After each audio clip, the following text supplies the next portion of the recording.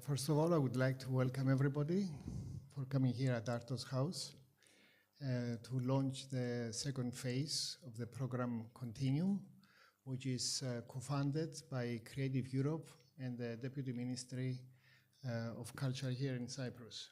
My name is Achilleas Kendonis, and I'll say a few words about the Continuum project, and then I'll introduce the speakers. Continuum is a forward-thinking international research initiative that bridges art, design, new technologies, and science education to address global crises such as pandemics, climate change, and war.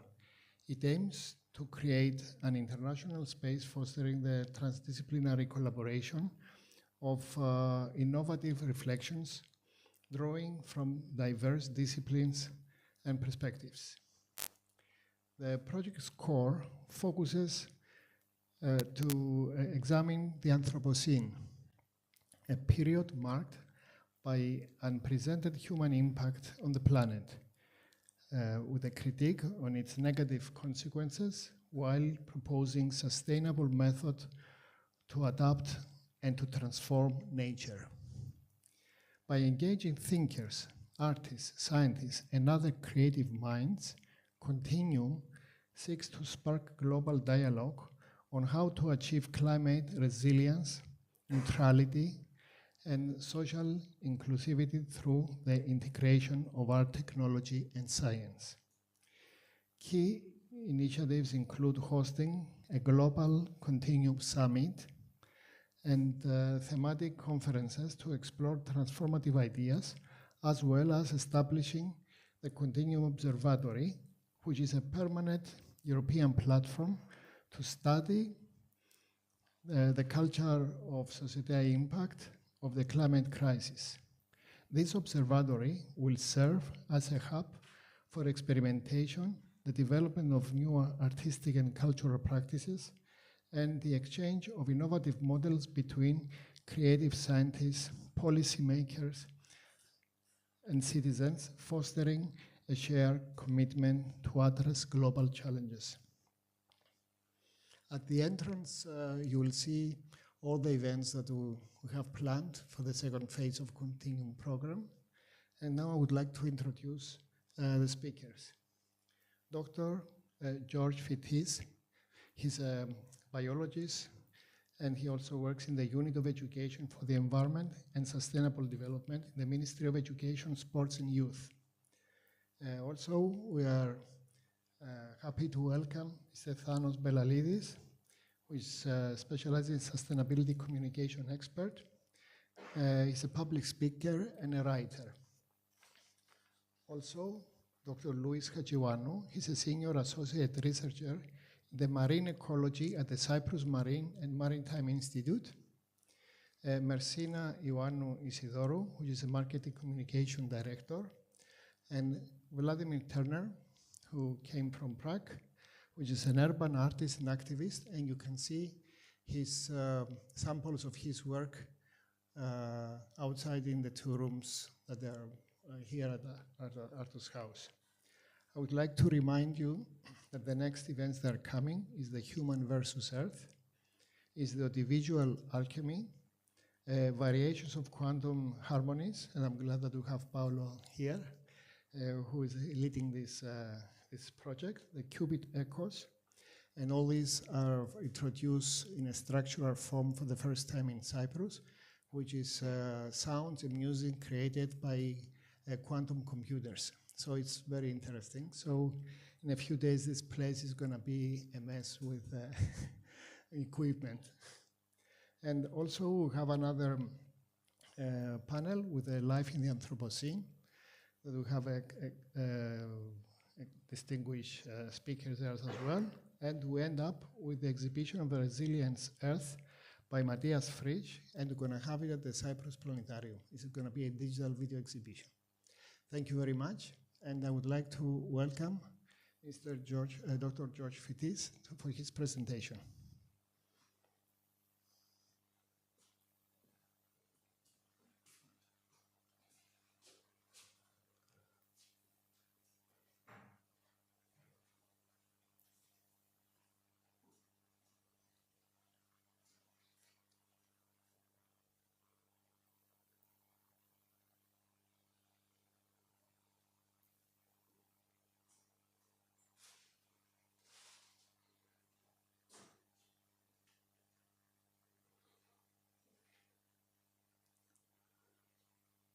Okay, thank you very much for the invitation.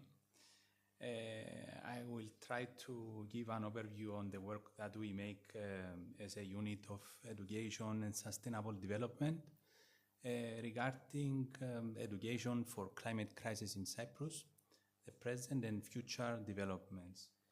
This is a serious problem that we all have to combine powers in order to deal with it.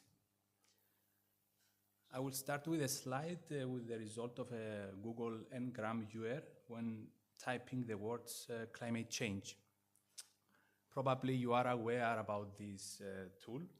Google Ngram viewer is a tool that allows you to explore language usage trends over time by searching through a vast collection of books, documents, and other textual sources.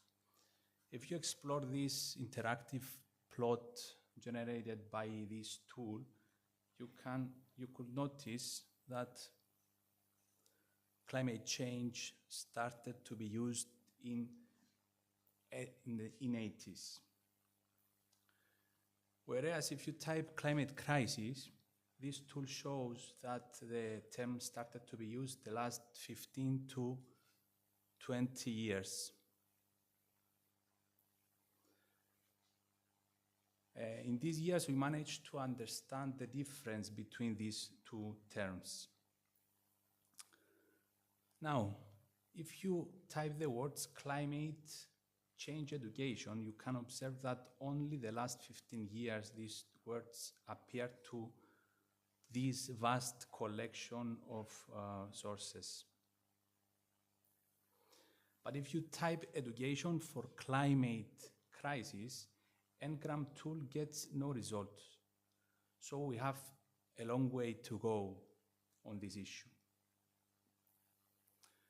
If we put them all together, we can observe that climate crisis and climate change education are used less than climate change. So again, we have a long way to go on the education for climate change and climate crisis.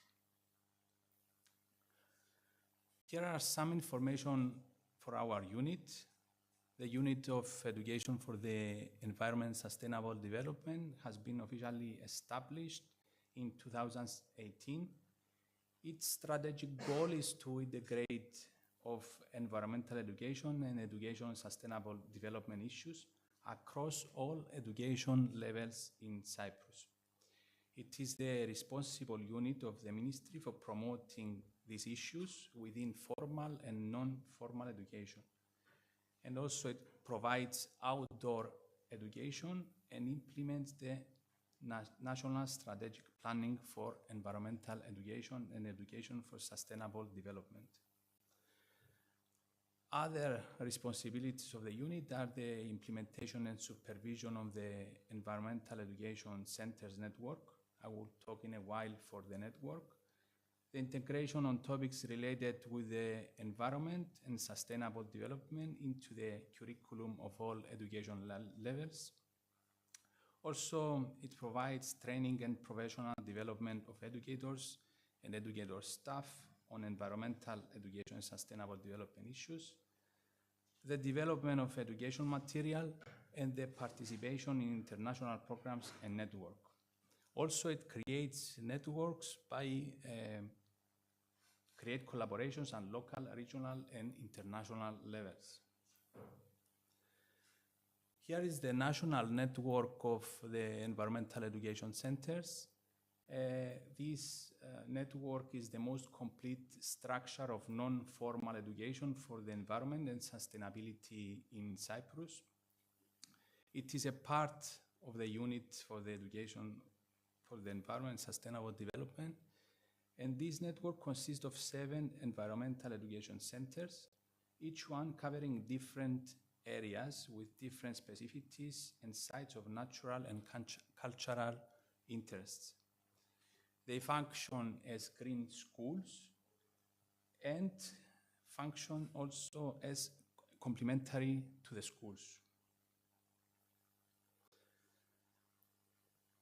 The environmental centers provide more than 100 environmental education programs with whole day programs, 2 or 3 and 5 days programs. And since 2012, approximately 200,000 participants of all education levels participate in their educational programs. Non-formal level of education is the fact that the issue is approached through field studies, where special attention is given to intergenerational communication, the interaction of students with space and local populations, the experimental investigation, as you see here, some photos from our fieldwork, and the first-hand experiences on how the climate change through the years impacted on landscape and local communities' life. Here, there are presented some indicative examples on teaching and learning in non-formal education.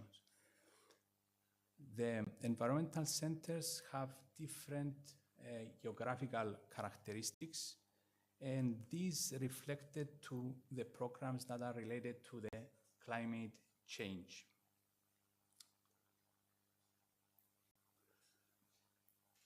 The National Curriculum of Environmental Education and Sustainability aims to shape the sustainable school. It includes 12 thematic units based on the sustainability development goals. It includes specific indicators and learning outcomes. In this slide, some indicative examples on how climate crisis is integrated in the national curriculum in pre-primary and primary education are presented. For example, the effects of water scarcity are studied in local and global level, as well as the factors that contribute to the problem of climate change. The intercorrelation of climate change with the decline of biodiversity, the energy consumption, and the use of conventional energy sources. Our responsibility on addressing the problem is also highlighted, as well as the way to alleviate the problem. Obligatory and optional professional development courses provided by our unit seek to strengthen teachers in the planning of actions against climate change, using the school and the community as the main field of action. The courses vary in type and content, covering various aspects and elements of climate crisis.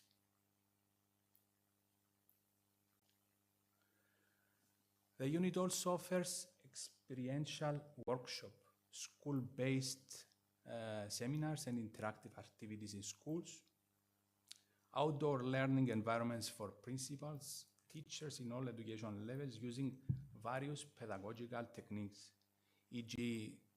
role play, concept map, brainstorming, and others. Here they are presented some examples of the seminars provided by the unit that are related to the climate change crisis issue. Also, here are some photos from a seminar, a high school teacher seminar regarding climate change. Here is a role play technique that is used in order to present the issue of climate change crisis.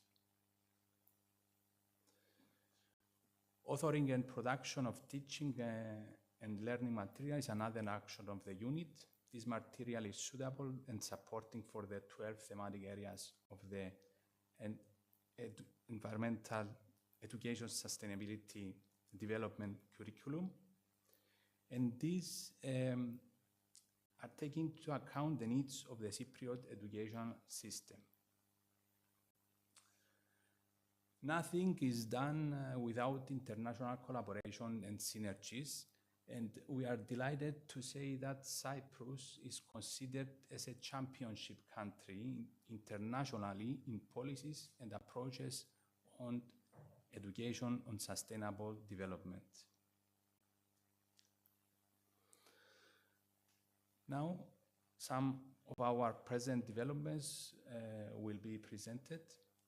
Special emphasis in the curriculum is given to the sustainable development issues and climate change through the STEM, science, technology, engineering, and mathematics pedagogical approach. The aim is that the students have to investigate and analyze real-life problems, and through this problem solving and systematic thinking, try to find feasible solutions that can be applied in their context. Another activity project that we have is SIP, Water Management and School Water Supply, using educational robotics. The unit also provides online lessons for students and teachers on education for sustainable development and climate crisis. And another project, Traveling Sustainable Development Goals Suitcase, is an education material for the Sustainable Development Goals and global citizenship. Specifically, 17 books were produced, one for each Sustainable Development Goal, where they are interconnected between them.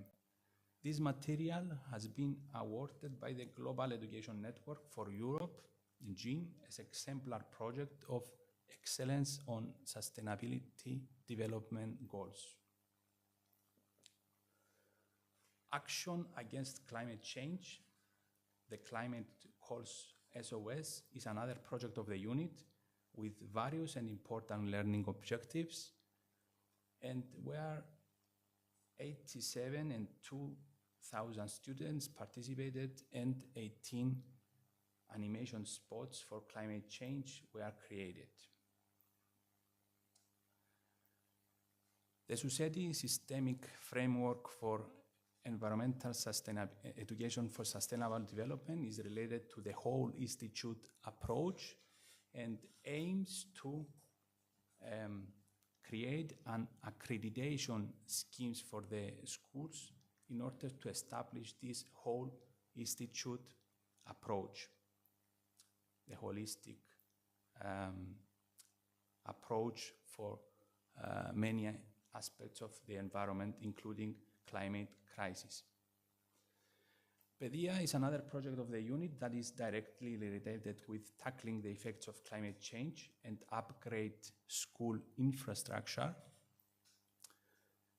Some of the works for the energy upgrade of schools are presented in this slide.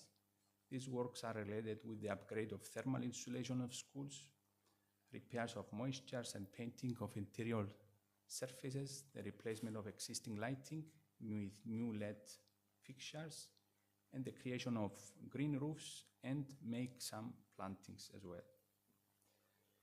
In the same content, the project Greening My School, Greening My Neighborhood aims to make schools as green development nurseries and transform schools' yards and reshape community spaces by a participatory and collective effort.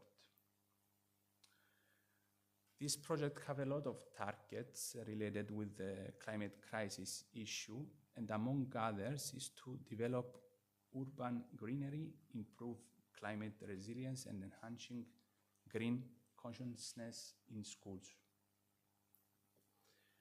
The interventions can be made in schoolyards, school fences, in green roofs, and areas designated by the municipalities. Here is the link for Prasinizzo project. Another project that is provided in the weekends and holidays by the unit is an environmental education program for parents and children, where parents learn together with their children how to protect the environment through creativity and interactive activities. Through all the centers, 24 programs are offered covering various thematic units, and specifically a program related with the climate crisis is provided in the Environmental Education Center of Athalassa. The title is «Το κλίμα αλλάζει και με πιάνει κρίση». The climate is changing and I have a panic attack crisis. Here is an overview of the activities that I mentioned before, but I think that I have to continue. We can discuss it later. Here is a work that has been carried out by the unit. This is a book that provides useful information about climate change, education and outreach in the Eastern Mediterranean and Middle East. Provides important information, and there are some very important findings. I brought some copies and you can take there in the entrance. And as a conclusion, some future developments of the unit and generally about climate crisis issue. We have to revise the national strategic planning on issues related with climate crisis. An intersectoral, interdisciplinary approach must be applied in order to tackle the issue. We have to engage many sectors, policy makers, teachers, researchers, local community for this issue. We have to strengthen the effort on climate crisis issue through the STEMs and strengthening the professional development of teachers and educators. This is very important.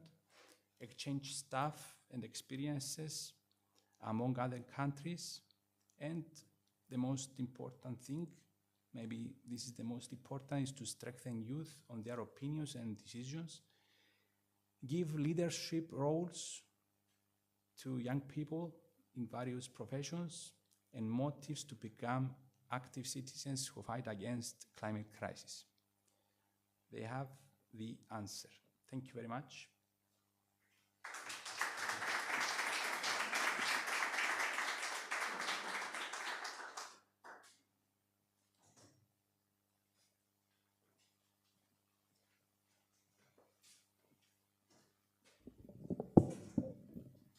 Before I start my presentation, can I ask you for a big applause for Artos House, this amazing place which is hosting us?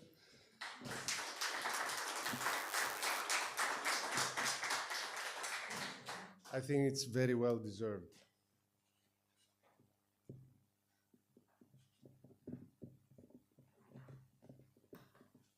I come with my own microphone as well. Let me turn it on. Is it on? Excellent. Can you please stream my presentation?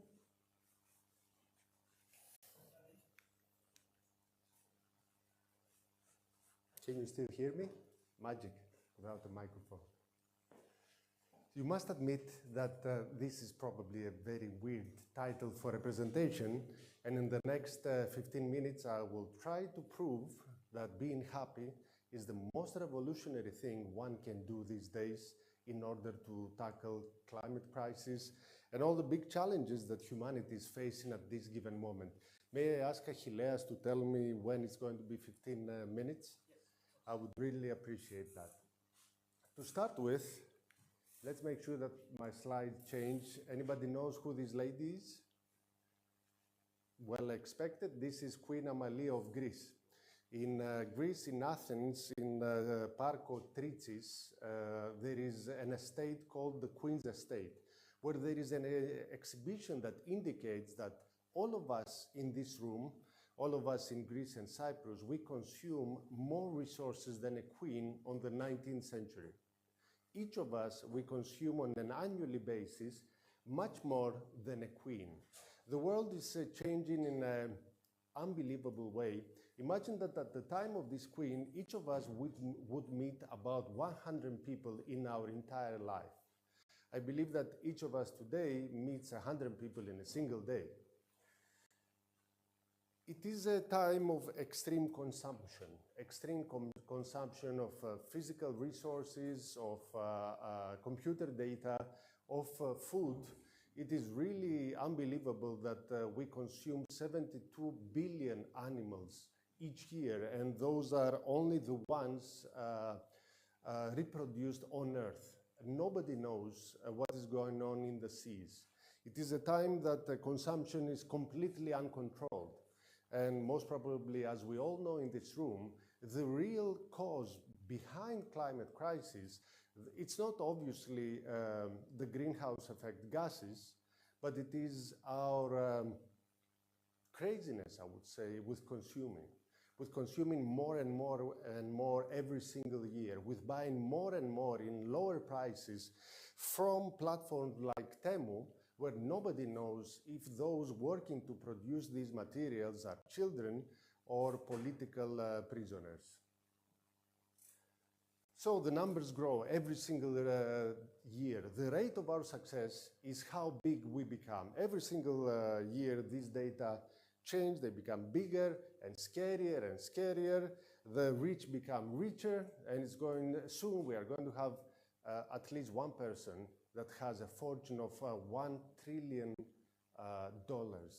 And it's really crazy that these are resources of planet Earth belonging to a single person. I'm not going to talk about Cyprus for political correctness. I'm going to talk about Greece, where I come from.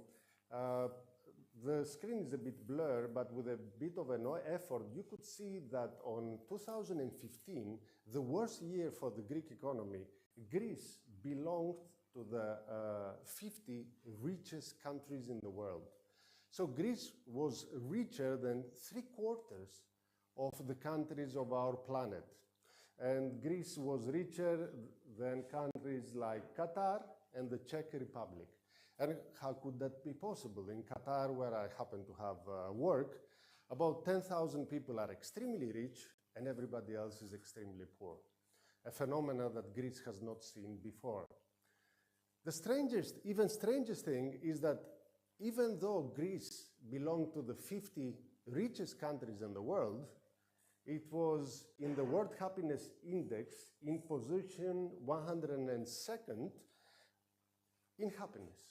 And 9 years later, if you go to Greece these days, is anybody from Greek mainland? 1, 2 people. If you go to Greek mainland these days and drive in the streets, it's like everybody hates everyone and everybody is depressed and unhappy. I happened to drive many kilometers today in Cyprus, and there was something very strange. I didn't hear a single horn. I don't know what's wrong with this country, but in Greece, every 10 seconds, somebody's pressing their horn and somebody's trying to kill you literally with their car. So you are very lucky people in Cyprus. In Greece, we are not. And at the end of the day, none of us are extremely lucky in this current time in history, simply because our planet is constantly being converted to a place designed to depress us. What could this mean in simple words? I don't know if you have realized that we are following habits that are extremely strange. Like, can you imagine why once humanity decided that in a race, one person must be happy and everybody else unhappy? Have you seen in human races, like in sprinting, look at the faces of the second and the third competitor. They are really unlucky. They are really unhappy. Only one person is happy and everybody else is unhappy. So there is something very strange going on planet Earth with some weird decision-making that includes our decision to give our freedom to some weirdos. And if you don't think that this guy, does everybody know who this guy is? Everybody does. He's not elected. He doesn't run a country, but we all know who he is. And everybody knows who Elon Musk is, probably the richest person on planet Earth at the moment, who runs a country, as rumors say, without being elected. And this is a guy that only a couple of years ago, he came into then Twitter with a sync to make a message. So our democracies are under threat, and our decision-making is given to people that care more about their profits than our well-being. I'm sure that all of you have heard that social media make you depressed in comparison with other people. So we compare with everybody else in false data, in Instagram where everybody is supposed to be happy, but nobody is. And we have given the management of our well-being to some guys that run around with sinks in their hands. And we don't realize that all our decision-making has to do with the way our brain is designed many thousand years ago, and that advertisers take advantage of the way our brains are designed. Let me explain this. Human evolution stopped more or less in this current form about 200,000 years ago. 200,000 years ago, there were many dangers on planet Earth. Those included wild animals. Those included the cold. Those included the scarcity of food. And humanity, on that time, a very small number of people, was trying every single day to be protected from these dangers. And us, ourselves, an animal that doesn't have a strong shielding on its back, doesn't have strong teeth or the capacity to run very fast, we were simply given a brain which is literally a paranoid. A paranoid means that our brain would constantly try to find dangers to protect us from. And those dangers at the time, 200,000 years ago, where our evolution reached the level where we are now, was the cold, the lack of food, and wild animals. Imagine what is happening these days. These dangers do not exist anymore. But our brain is still the same. Do you realize that every single moment our brain is scanning reality for dangers to protect us from? But the problem is that those dangers do not exist anymore. So what is happening in this respect? The advertisers, very nice guys, I have been an advertiser myself for quite a few years, make advantage of this capacity. What does that mean in simple world? Every single moment we are bombarded with advertising stating that we are in danger. The biggest example of this bombardment was obviously the American elections. In a time where the American economy was the strongest and unemployment was the lowest, somebody promised the Americans that he's going to make America great again. I don't know if America was great, but I know that its economy was good. The same person was claiming that there is a huge danger from immigrants, and he was going to save the Americans, a country of immigrants, from this danger, while only 4% of humans on planet Earth these days are immigrants. And the same stands for Greece. About 20% of Greeks are worried about immigrants destroying the country, while every single year we have to literally import, and that's a terrible word, 250,000 people simply to operate our tourism.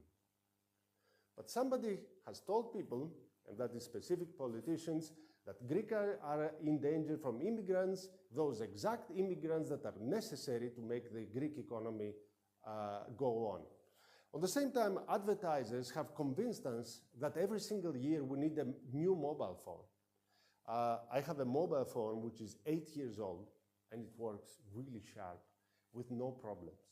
And advertisers have convinced us that if we don't buy a cream to stay young, people will not love us probably anymore. And something terrible is going to happen against the simplest thing that all of us will face within our lives, which is to get older. The advertisers have convinced us that we have to buy insurance. All of us have 3, 4, 5 contracts of insurance because the world is extremely dangerous. but for the West, that our planet has never been safer in the last 80 years after the big wars. For Europe, with the exception of Ukraine, which is not a European state, and the United States. The advertisers have convinced us that we are in danger from terrorism. Is it 15 minutes yet? Ah, thank God. 5 minutes. Okay. The advertisers have convinced us that in Europe we are in danger from terrorism. And do you know where terrorism is taking place? It's taking place in the Arab Asian countries, not in Europe. And the story goes on. You have to buy the newest car, because who are you going to be if you don't have the newest car? You have to get depressed in social media, and who are you going to be if you don't waste 3 or 4 hours a day on social media simply to know information about other people that are not real? And this is the outcome of the advertising, simply based on the fact that we are creatures with a paranoid brain that constantly is trying to find dangers. And what is the outcome of this? As I already said, it's consumption. Completely uncontrolled consumption. Why? Simply to soothe ourselves from fears that do not really exist. So that's why the original statement from this presentation. Those of us that manage not to be affected from this vicious cycle are the ones that do not contribute to climate crisis, simply because we consume less, simply because we don't need to change our car every 3 years to be someone of importance, simply because we don't need to change our mobile phone every single year, because the 8-year-old mobile phone, it works just fine. I was really impressed by this sticker. I don't know if you have noticed that Apple computers are always really clean and shiny. People with Apple computers love their machines simply because Apple has a myth built behind it, which is about challenging the status quo, the original message of Apple from Steve Jobs. I love this laptop. This is the best Apple laptop I have seen. I don't know if you have noticed this sticker. This is a sticker of 3 people. I don't know if it is Achilles' sticker. Most people use the Apple sticker to be somebody. Achilles does not. Because he's a great person already. Very simple. So, we buy to feel well for a very little period of time. Endorphins sunk in. We consume information for the same reason. Endorphins sunk in. And what happens over a period of time? The new car doesn't make us feel anything. More social media doesn't make us feel anything. I don't know if you would believe it, I don't have data in this respect about Cyprus, but Greeks are in front of screens more than 3 hours a day. And that doesn't include their workout. I'm talking about television and their mobile phones. The more we consume data, objects from Temu, stuff that are useless and we will never use, for a very brief period of time we feel happy, and then we end up more depressed. We consume more, and the industry is working even harder to serve our consumption. Imagine that if we didn't consume resources in this rate by the use of Russian so-called natural gas. As you all know, there is natural gas and there is natural petrol. There is no difference because marketeers work once again. If all of us in Europe didn't consume and were not dependent from Russian natural gas, maybe the Ukrainian war wouldn't have started. If American people were not fed wrong information, inaccurate information, I don't think I have to comment in this respect, maybe they wouldn't have chosen a leader that, to my understanding, has a cabinet of lunatics that are going to affect the future of our planet. But this is how humanity works, and I was shocked by the amazing presentation Mr. Fitis, apologies for not remembering your surname, presented. Everybody talks about climate crisis, but our education regarding climate crisis is non-existent. This was shocking data. Please allow me to copy this data for my presentation because it was really unbelievable. I mean, how lucky you are in Cyprus to have such a good system of education in this respect. To complete my presentation, things are not as terrible like I have presented them. There's no doubt that things do not work very well at the moment, and they will remain so all over the world in the forthcoming years. Please do not forget that for the European Union, Hungary is not a democracy anymore, and Slovakia is close to being so as well. It's very important to remember that within the frame of our existence of planet Earth, no one on their deathbed claimed that they would like to have risen more money in their lifetime. Everybody talks about having more love, having more friends, having more social interactions, and these are the principles that we value as humanity, and not what we buy from Temu. And the people that live in love and in peace with themselves, with a minimum consumption, are those that contribute towards tackling climate crisis more than anyone else. At the end of the day, as I was saying, things are not that bad. Because consumption doesn't work, it doesn't make sense, it doesn't soothe the emptiness within our hearts in a technology era that each of us have about 1.6 friends each. I'm really happy to see that practices like yoga are being used for more and more people, from more and more people. And yoga is important because it's for non-violence. It is for not stealing. It's about living in our true nature, and being aggressive is not our true nature. I'm very happy to see that practices like veganism are proceeding, not regarding the violence against animals, simply within the frame of the fact that for a plate of meat, we have to consume 100 plates of seeds. And this process is not realistic, especially because we are not designed to consume this much meat. I mentioned the numbers earlier on. The Mediterraneans were very proud for our diet, which at the end of the day, nobody's implementing. Like Greeks in Greece, they eat meat 3 times a day. How often are they supposed to eat red meat? Once a month. Once a month. And we claim to be proud of our Mediterranean diet, which we do not implement. And if we did, our impact on planet would be much more viable. I'm very happy that even more people practice meditation instead of being aggressive in the Greek words, in the Greek roads. Or, as you can imagine, Greeks are not very fond of meditation. Obviously, that's why they drive the way they do. And I have a whole presentation about the fact that women are those that practice all these principles more than men. But that's another presentation. When we invite me again, I make that presentation. So at the end of the day, we can all be wealthy. We are all wealthy. Each of us in the room is more wealthy than a queen only 150 years ago. How many of us feel very wealthy at this moment, as wealthy as a queen? Please raise your hand. Nobody can see you on the internet. 1, 2, Achilleas, obviously. Well, half of us. This is a good group, and that's why you are here today. And I wrote a whole book regarding the fact that wealth doesn't have to do about money.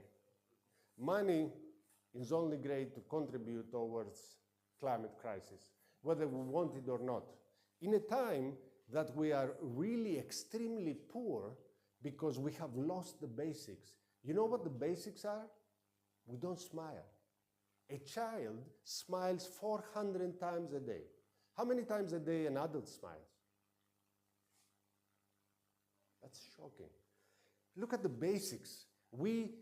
Most of us, many of us, we claim that we want more money, more resources, bigger cars, fancier clothes, fancier bags. and we don't breathe. Have you realized that all of us breathe from our chest and not from our diaphragm, the way we are supposed to breathe? Have you realized that we don't sleep with terrible, terrible risks for our future? That we don't chew our food, we just throw it in our esophagus, usually in front of television. I hope that Cypriots don't do that. They do. Well, there is space for further development for Cypriots as well. So a different world is feasible based in other principles. A different world where it is time to realize what is important for us and what is not, in order to investigate what would truly make us happy, while our happiness is critical simply because happy people consume less. They don't need an Apple computer to be important. They are important per se. Let me share a video. Achilles, I think you are cheating. It must have been 15 minutes already. I said all these nice things for Achilles. So, this video. Some audio, please. No? It's probably my fault. Let me check. Obviously, it's an Apple computer. Headphones. Well, my computer is okay audio-wise. Yes. Can you please check if there is something wrong with you? We have this on the speakers. Yes, I checked it. No?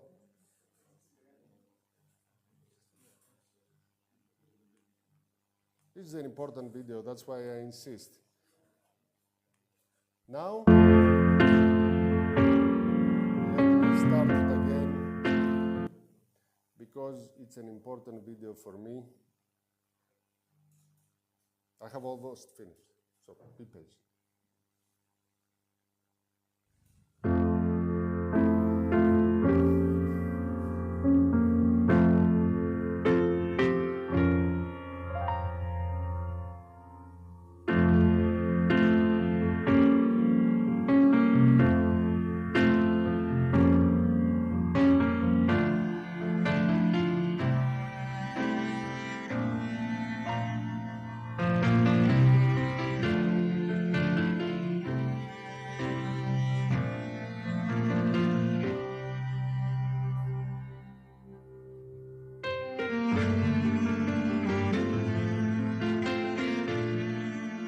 Δεν σου ζητάμε τίποτα που δεν μπορείς να δώσεις.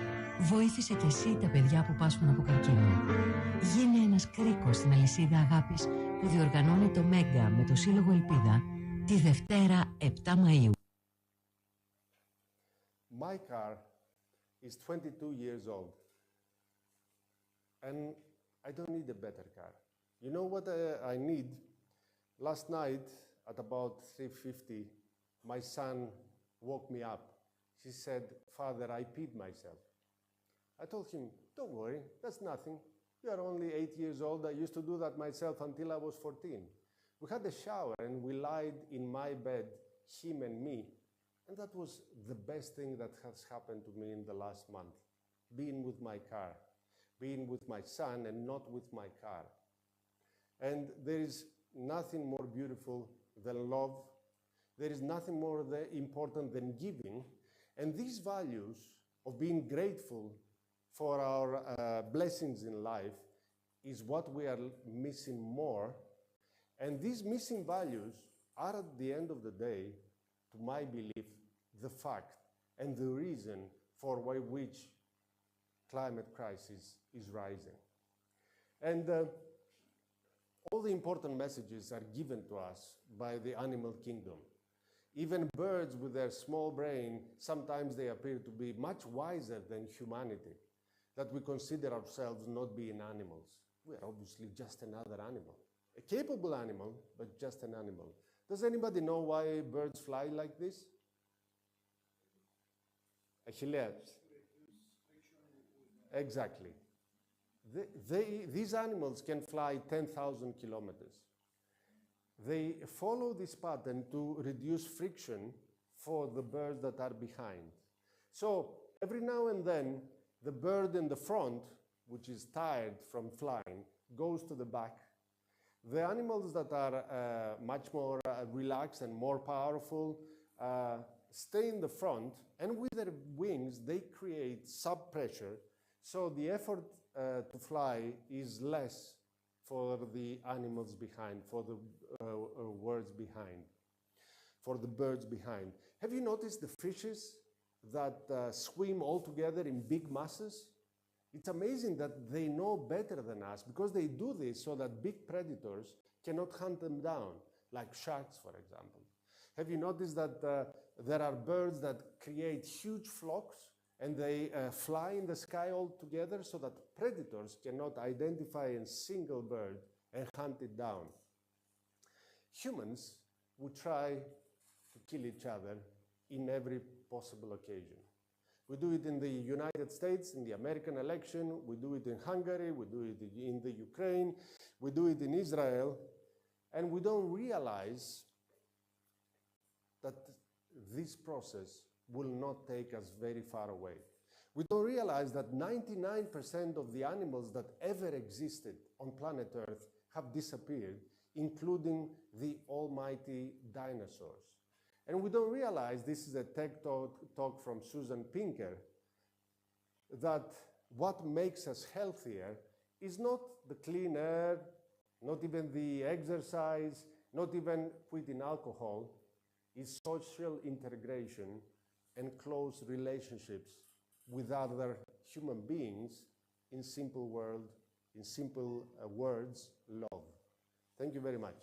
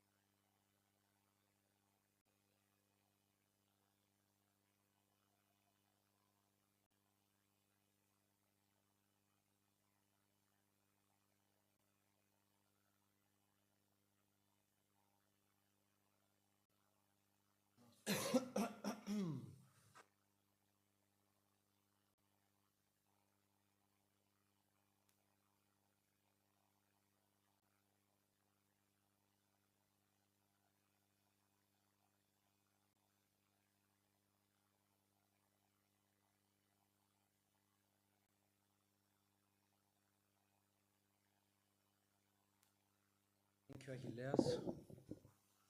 Hello, everyone.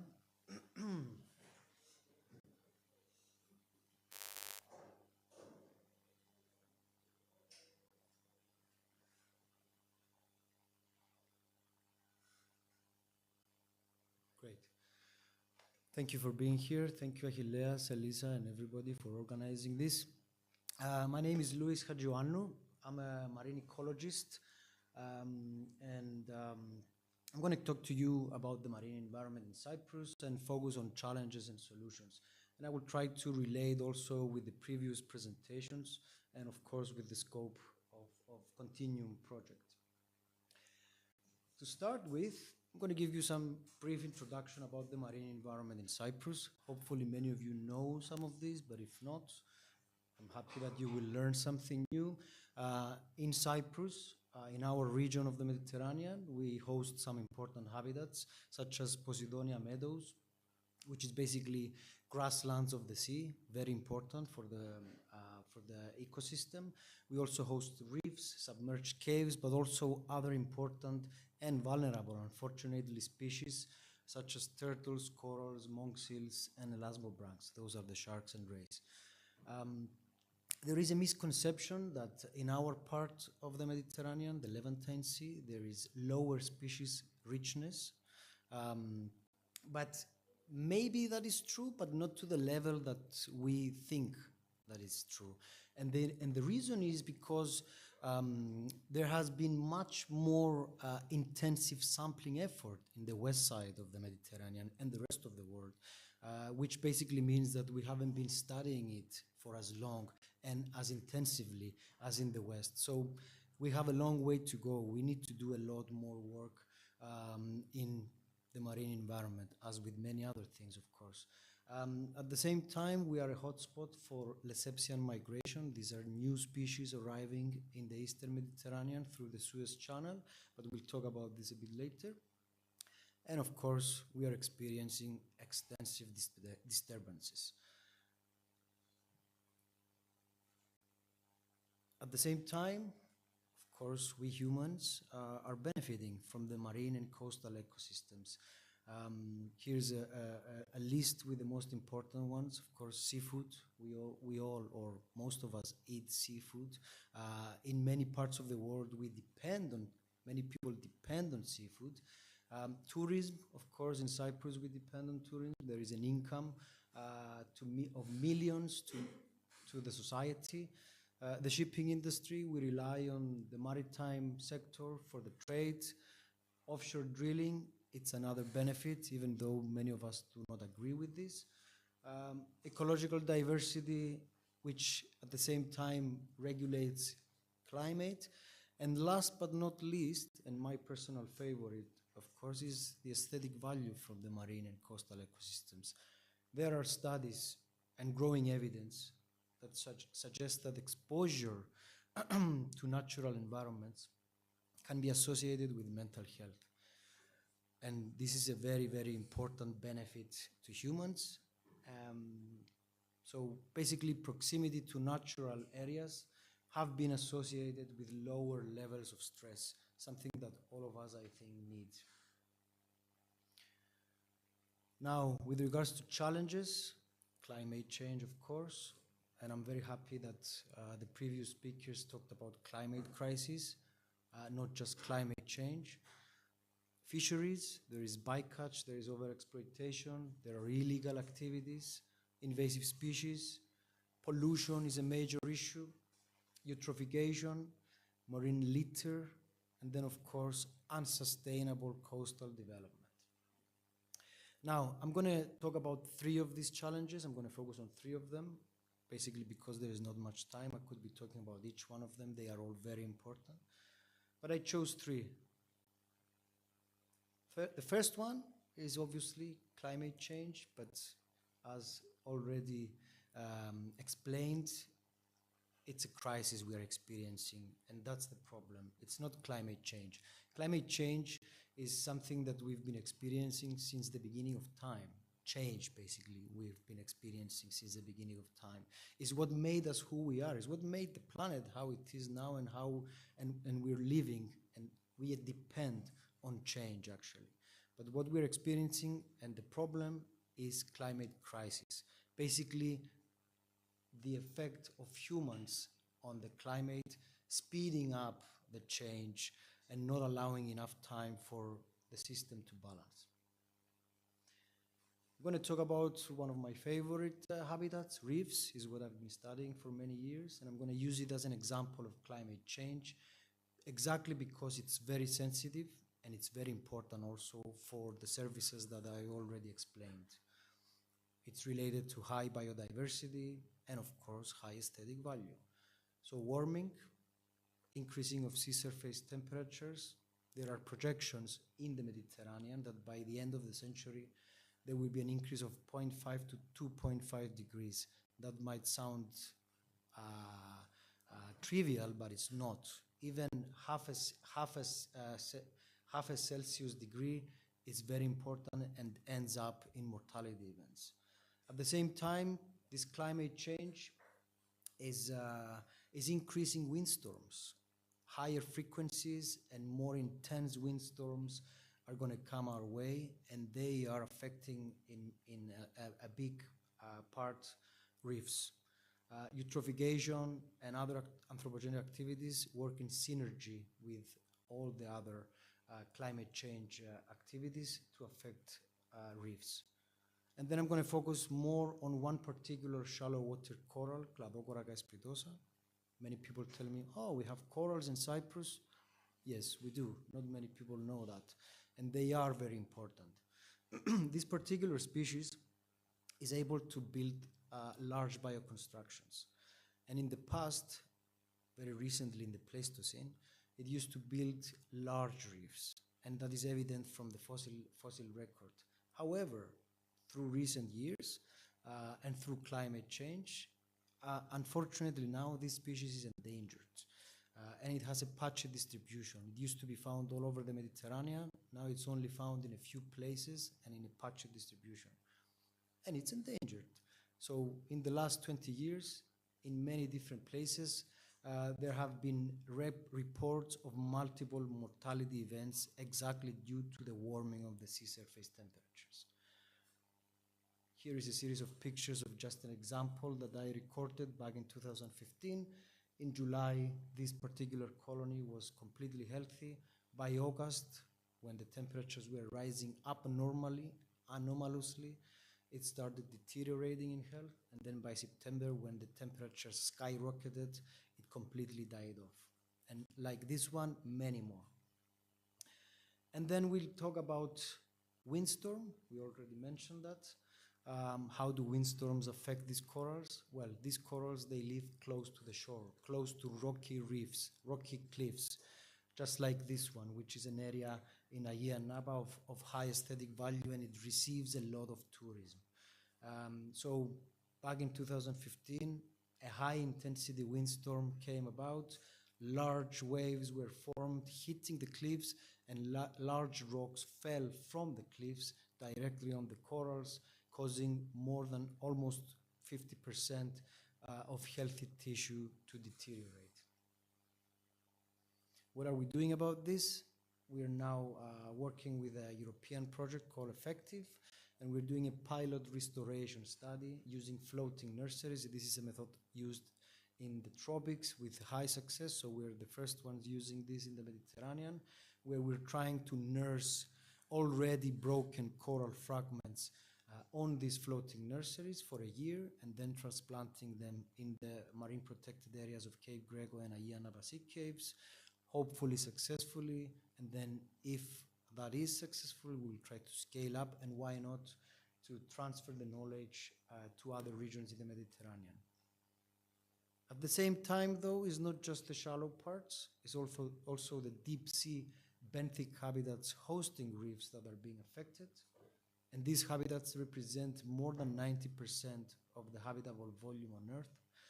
They are very poorly studied. We don't know much about them, but we do know that they are important, fragile biological communities that host a variety of fish. They are biodiversity hotspots. They are also highly sensitive, and they are threatened by human activities such as bottom trawling, drilling, and anchoring, but also from climate crisis. We move on to invasive species, another major stressor in our part of the world. The first example is the lionfish.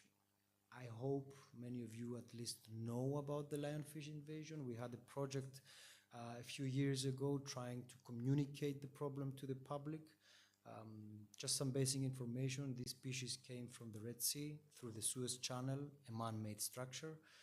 It inhabits shallow waters from 0 to 300 meters, and we know the populations, the size of the populations in the shallow parts, but we don't know what is happening below the 100-meter depth.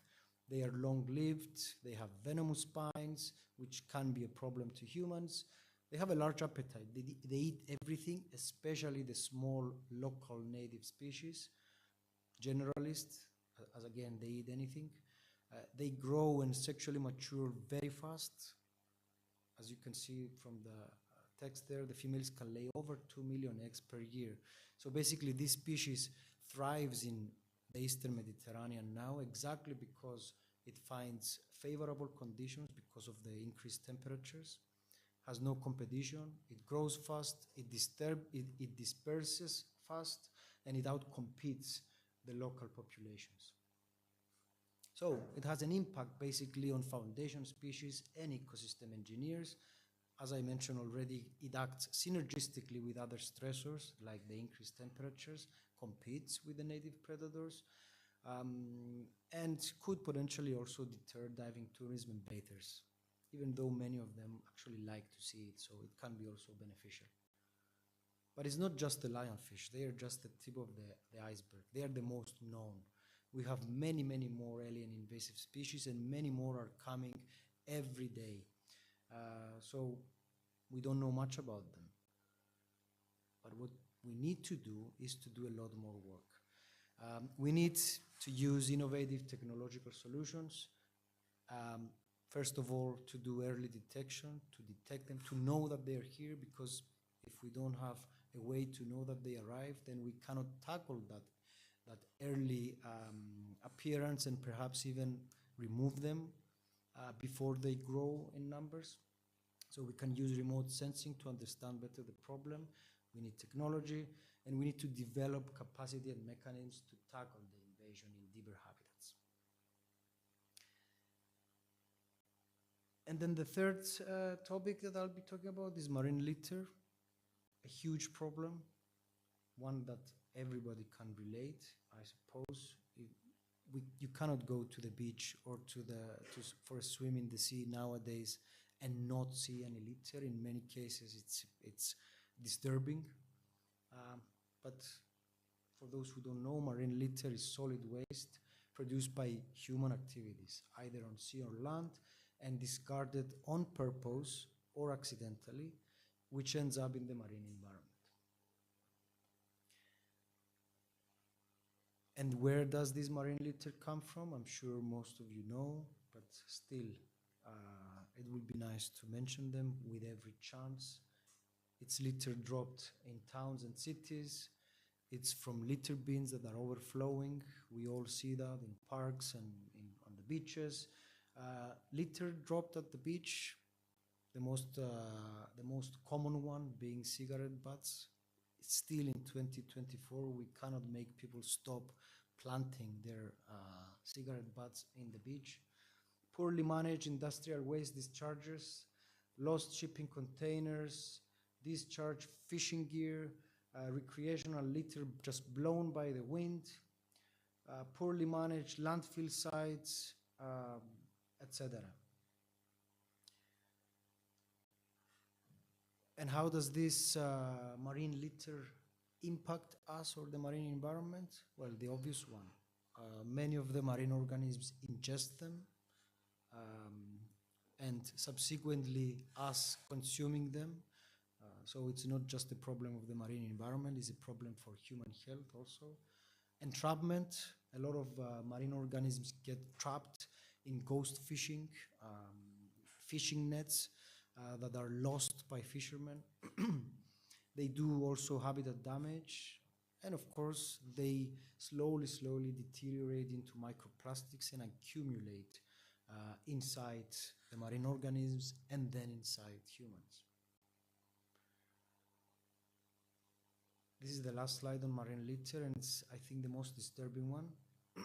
There was a recent study by IUCN that found that every year we are leaking 216,000 tons of macroplastic in the Mediterranean. Microplastic leakage is up to 13,000, but without radical intervention, the leakage will easily double and reach over 500,000 tons per year by 2024. So that is the reason why they call the Mediterranean the Mare Plasticum.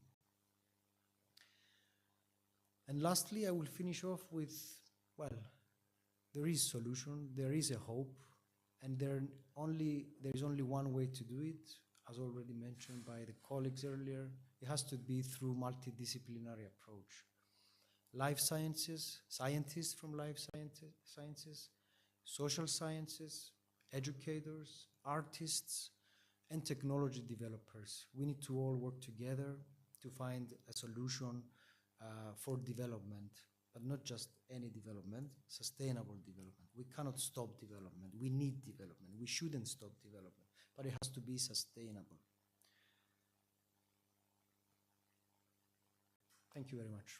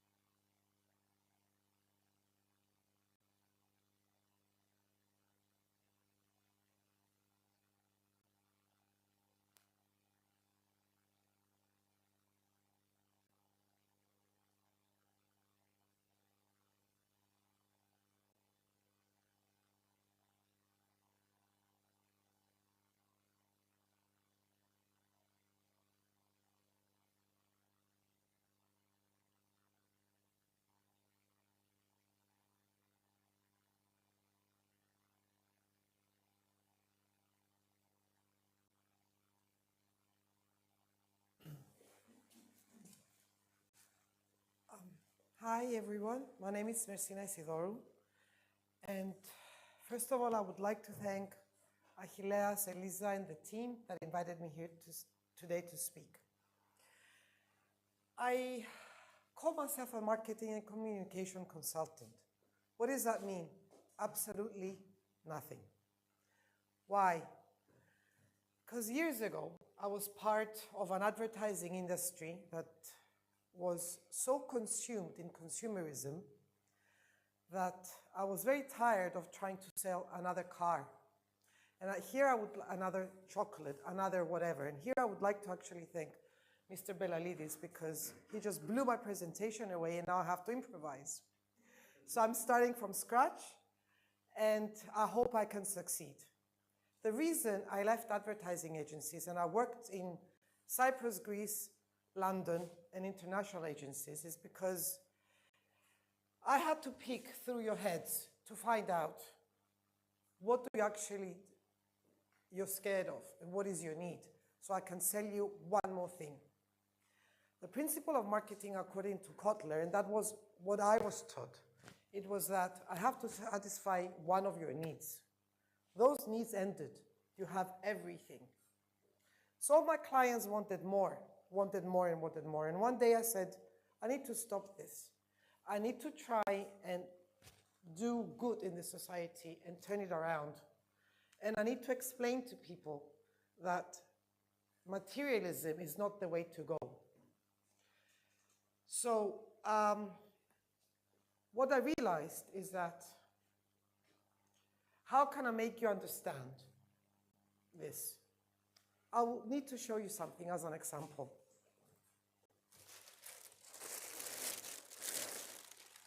Sorry about this. Now, question number 1. You're going to probably remember me as the silly cow that's wearing a glittery cowboy hat. Question number 2. Why did I do this? To show you differentiation. Is it going to work? Maybe you're going to remember me, but are you going to remember what I'm saying? Probably not, unless I hit your chord. And what do I mean by that?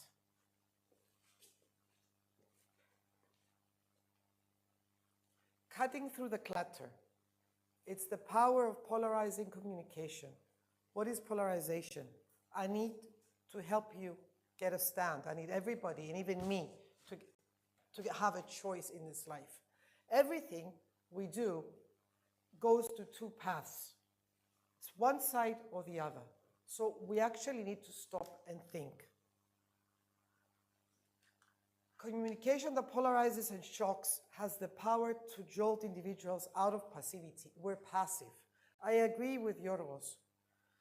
I agree that we can't be passive anymore and we need to take action. We need to confront reality, break the numbness, and start acting. Why does it work? Again, I have to agree with Mr. Belalidis, because it's how our brain responds. It's the contrast, it's opposite views, it's how our brain filters things. Our mind engages constantly, and this is what is going to help us have a memorable message. If I find what makes you tick, I can make you understand. I need to force attention in an era of overload and distraction. It's a world of endless scrolling and constant noise. Everywhere you go, you probably see all the kids that are scrolling. They don't date anymore. They send messages to each other. Hi, can I kiss you today? The answer is yes, but when are they going to do it? They're forcing the new generation to be robots. They don't go out to play anymore unless they're athletes.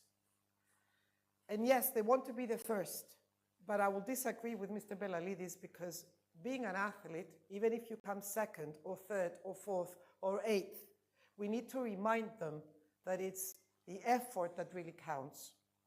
And the kids that are athletes know that. It's us, the adults, that actually don't remember it. We grew up playing in the fields. We grew up with our mothers shouting from the verandas, "Come on, it's time to come home." And we were happy. So we need to go back and find this happiness and try and do good for our society.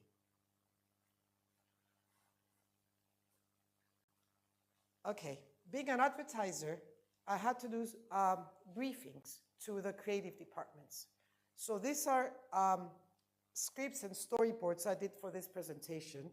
They're not professional. Actually, this work would, if approved by the client, would then go to a good production house. But I've done this myself just to show you where I want to take this presentation today. And you need to play it.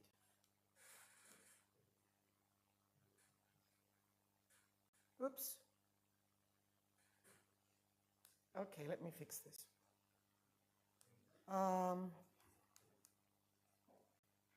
Is it your email on or? I do apologize. No, you don't need that. Mesa. Okay, I have it. Get out of the presentation. I have it in the folder. There's more? I got just the folder. Okay, where's the folder? Can I use my laptop because it's all on? Okay, all right. Okay, let me try from here. This is the That was a very good start. this is the one. Scrolling through that one. Okay. I'm going to have to go back and forth now. So, Scrolling through social media is like being on a roller coaster ride that never ends. One moment, it's cute puppies. The next, it's a cat playing piano. Just one more post, right? But before anyone knows it, hours vanish like socks in a dryer. It's like a buffet of memes, and who can resist? The algorithms are the real masterminds, pulling the strings like a puppet master. Just one more scroll, they whisper, and suddenly, it's 3 a.m. Welcome to zombie scrolling, where the brain turns to mush, and real life feels like a distant memory. Friends? Who needs them when there are endless gifts to enjoy? In this clutter, polarization can cut through the noise, making messages stand out like a neon sign. But here's the kicker. While scrolling, life is happening. so life is happening, and let's see what we can do about this life.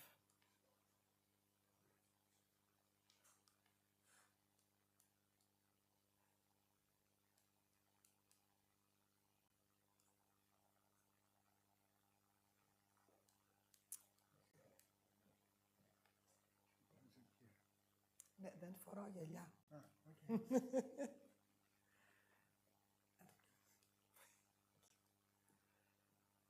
Okay. Now, why polarization works? Polarization in advertising, it goes a way back. It's a neuroscience behind the impact. Now, the expert neuroscientist is Achilles. I'm just saying what I was taught in school. It activates the amygdala, it's the emotional center of the brain. It triggers strong emotions like curiosity, anger, or empathy. And how the brain responds. Bold contrasts and opposing views disrupt the brain's filtering mechanism. The subconscious mind engages, making the message memorable and actionable. Why am I saying this? Because if you have a generation that keeps scrolling and scrolling and scrolling, in order to get a message across, you need to disrupt the brain's logical sequence of thinking or non-thinking while they do it. So how are we going to do that? We need to use a communication that polarizes and shocks and has the power to jolt individual passivity. The key advantages: forces attention in an era of overload and distraction, increasing retention and response rates. We have to tap into the conscious mind and unconscious mind and into the depths where real change begins.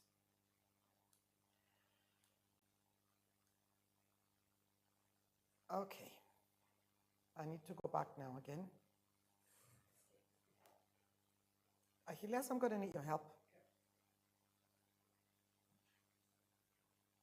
Hold on. Okay. Got it. When we create moments of vulnerability or present undeniable truths, we open the door to change. These moments allow the audiences or simple people, because I really don't want to refer to the word audience anymore after 25 years in advertising. I would love to see my messages go to real people rather than machines that we create in order for them to buy more. To feel the urgency of the message, creating space for reflection and engagement. Touching hearts is essential to transforming minds. We engage emotionally, we inspire movements. The connection between emotional engagement and cognitive transformation is powerful, leading to meaningful change. The power lies in the bold. Let's bring it to light. I encourage you to embrace bold communication to bring about meaningful change. It's possible to cut through the clutter and inspire action. Now, we had 3 subjects as the brief was. The first one was about the crisis, okay? I created something that I will need Achilles' help now again.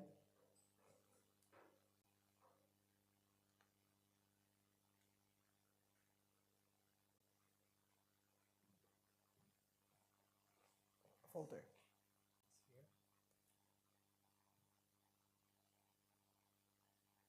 Entonces, oye, cierto folder me da video. I just crushed my presentation. Entonces, moment.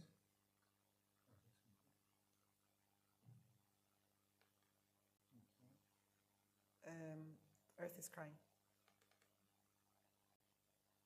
And this is how we adapt everything I told you.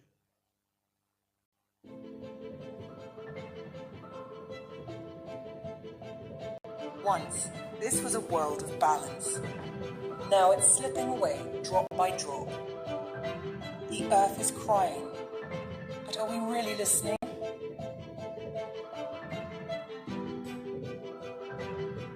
Will there be a world for the next generation to call home? The future depends on us. The earth is speaking. Will you answer?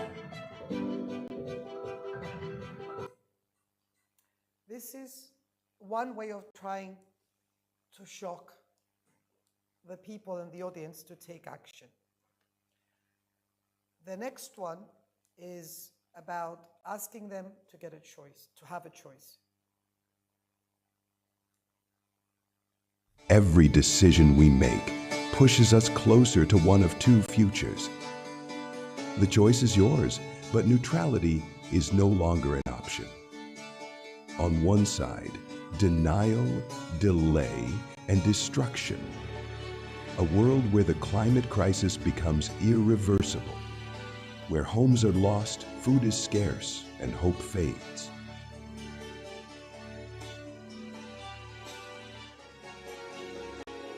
On the other side, innovation, resilience, and action.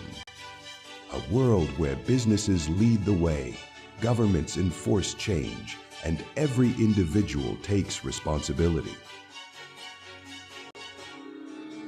Leaders of today, will you align with progress or profit from destruction?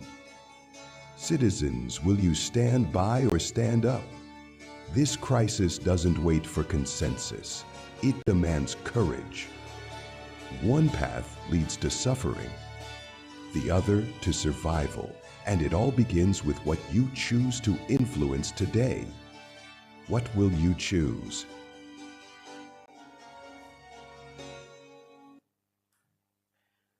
Now, following the second subject, with the same approach,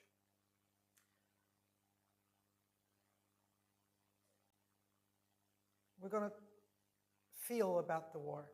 Beyond the headlines, beyond the numbers, this is the face of war.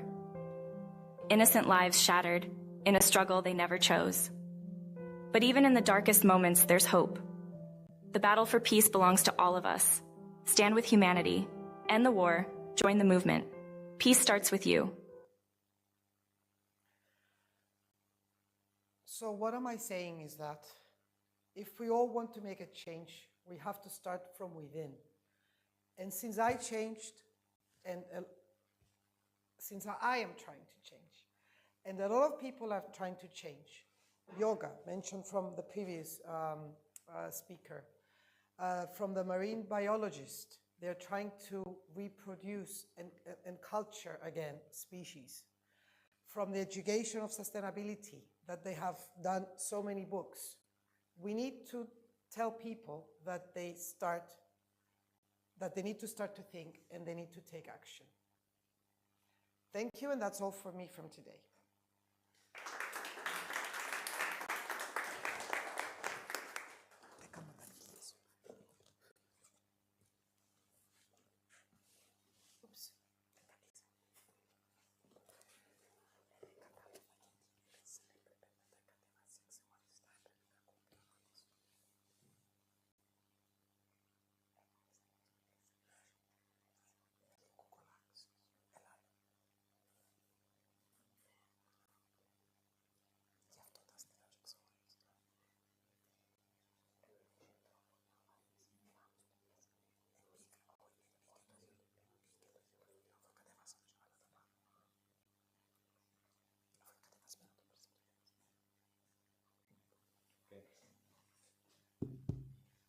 Hello, my name is Vladimir Turner. I'm from Czech Republic, and as it seems that I'm the only non-Greek person here, I will start with short description where I'm from, because it's important how it forms everything I do.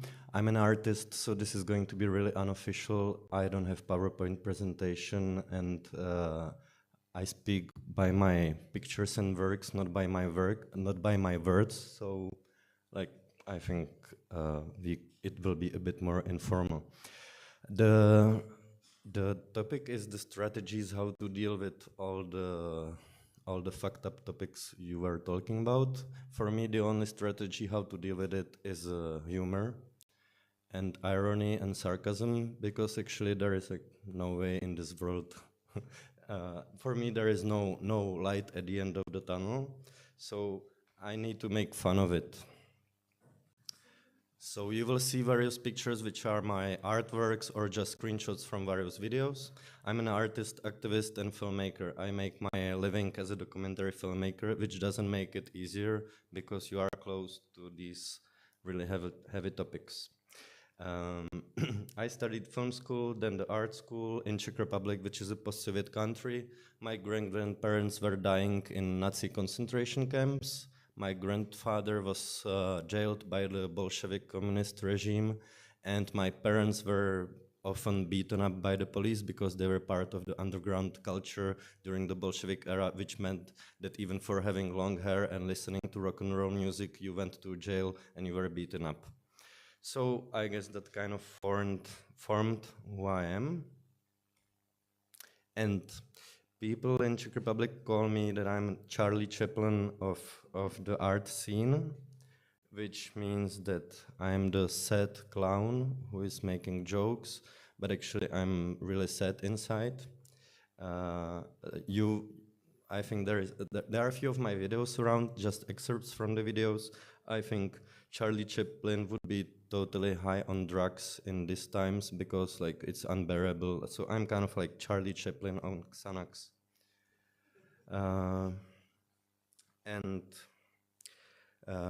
When it started to be a bit serious in my life was when I was about 18 and 19 years old. I used to be I'm part of various subcultures which tend to have problems with authorities. So going to punk concerts, being part of anti-fascist movement, having fights with Nazis in the streets is part of the game. So I think it's really important to be able to, you were talking about polarization. Sometimes it's seriously polarized physically in your personal everyday life. So this polarization probably made me who I am, and most important moment growing up and being like this 19, 20 years old is when I moved to Buenos Aires, and I lived in Argentina a couple of years after the bankruptcy of Argentina, and I saw extreme poverty in the streets, and I saw this beautiful city extremely polarized, and I was actually just spending time in the streets, doing graffiti, hanging out with poor people, and being in the streets and seeing mass protests in the streets, which means that like Greek people are quite good in protesting, Czech people are not, Argentinian people, when there is a protest, it's like 100,000 people in one protest, and you might have two protests the same day, and they are crossing each other. So this seeing this was like kind of a moment when I think I realized how serious inequalities in the world there are. At the same time, I was part of a politically involved art group, which is called Stohoven, and in 2007 we hacked into the broadcast of Czech television, and we streamed a fake atomic explosion in Czech landscape. It looks really shitty, but it was kind of realistic, which was like media performance to show like this simple act to show the media manipulation we see each day. By this moment, we became instantly actually like super famous in pre-Facebook era, pre-social network era. There were journalists from New York Times, from all the media, from all over the world coming to make interviews with us, and at the same time, the law system was trying to get us into the jail. So we were for the 3 years being. The whole process took 3 years, during which we got art awards. It was like this schizophrenia, being famous and getting awards, and then being each 2 months at the court and being part of this thing. The other artists from the art group became quite famous and started to play this role of being famous artist. I realized how toxic art world is, and I went back to the underground. So I went on the roofs of the houses. This is me and my friends squatting some buildings, which, going back to the strategies, the most important strategy is to have a community, for me and to have a community of people where you feel okay, and you create these temporary autonomous zones according to this term by Hakim Bey. At this time, I was realizing I'm closed in this like subculture ghettos with all my anti-fascist friends and pretending we are free and we are living some alternative life. And at some point I thought like I want to try to get out of this like bubble. And I started to go to international events and to teach, to do quite a lot of workshops. And the most important for me, it sounds really Hyenistic, but the most important places are the poorest places. And I realized I need to be on the side of the weakest. So every time there is a conflict, I'm on the side of the weakest. This is in Moldova. We actually, so my art piece was repairing the children playground and making like a small museum in this altan. This is not finished yet, but this place became like serious social spot, like a hotspot for people to meet in a ghetto on the suburban part of Chisinau, which is the poorest European country, Moldova. I started to work for NGOs. I don't get much money as a politically involved artist, as you can imagine, and my relationship to money as an anarchist is quite complicated. So I started to work for NGOs and traveling the world, working in third world countries. So this is, for example, like media workshop in Myanmar, which is really sad because Myanmar in the last 3 years is again in the middle of serious war, like inner war. It's driven by the military junta. I was there in the Rakhine state where the biggest genocide of our century is happening, but nobody talks about it.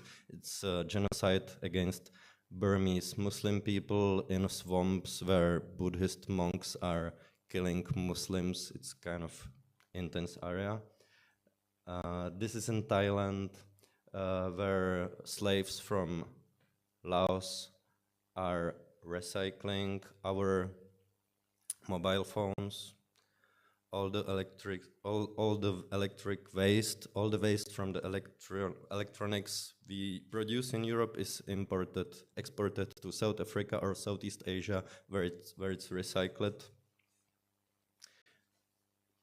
Yeah, this is a fisherman in Thailand who, yeah, we had the marine topic here, so I'm not talking about this. And I started to teach either at art school in Prague or doing workshops in various countries all around the world. Usually those workshops were basics of critical thinking, let's say. We were trying to show the people how the media works and try to build some critical thinking for them. So, for example, these are people in Myanmar, small children and their parents, who just recently back then got Facebook, and they believed everything on Facebook is true. So I tried to be really global. So there are these like cliche quotes like think local, how is it? Act local. I am already lost in it because it doesn't make sense, any of that. So I was traveling quite a lot. This is in France, where I was convincing people that grève means strike. So I was like coming with this project that we should strike in a way that we don't go to work, and the way how to abolish capitalism and break the system is that we are not going to work. So we were non-working quite a lot, as you can see. Actually, I have no idea about the time, so whenever you want to, just tell me.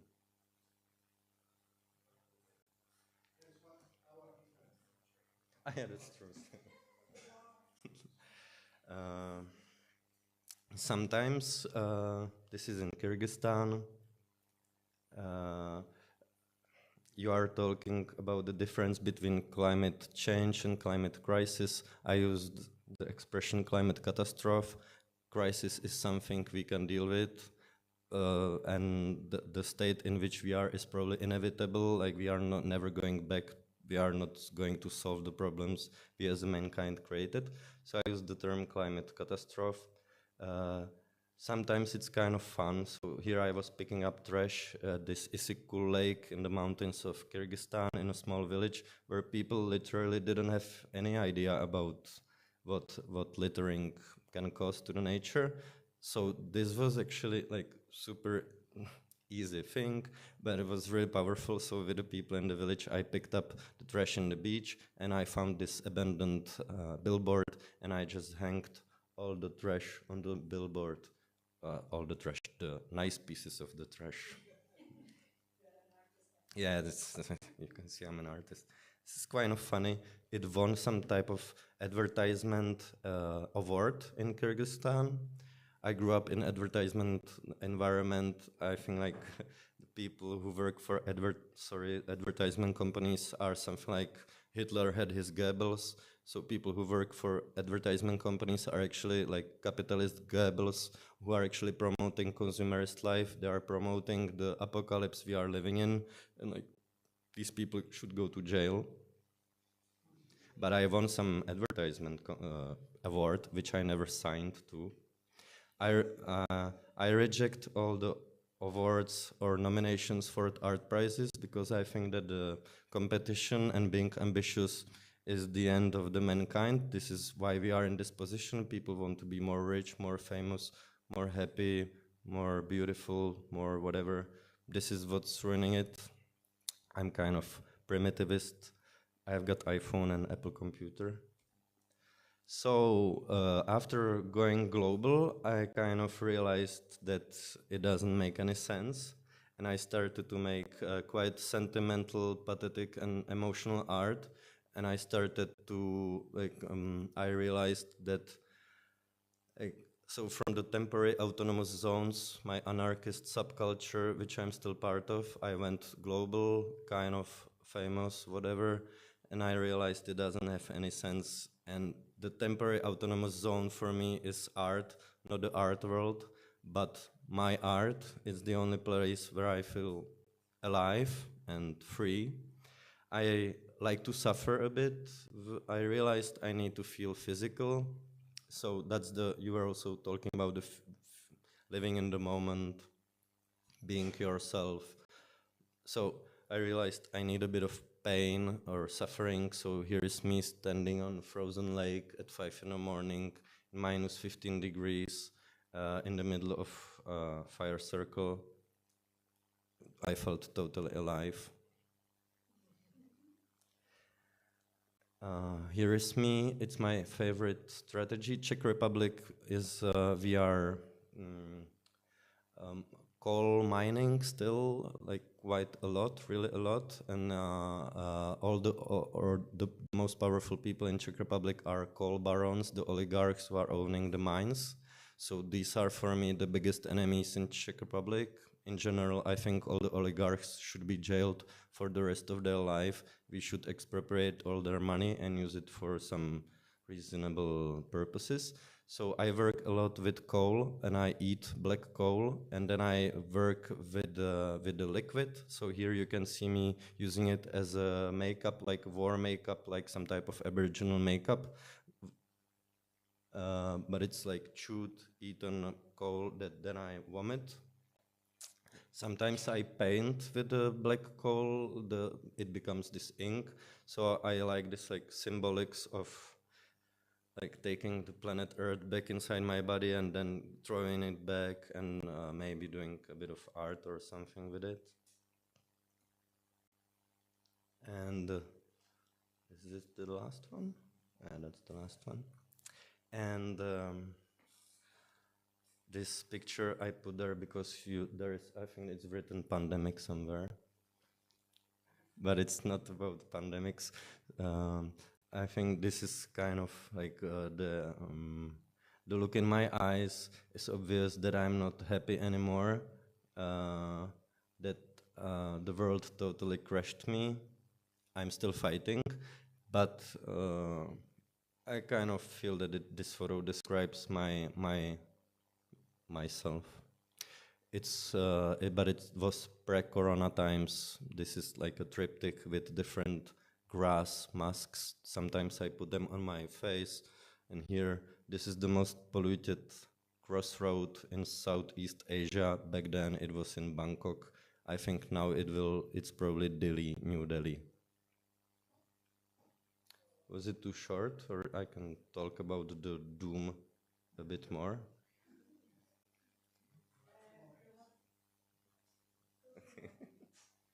So the strategy.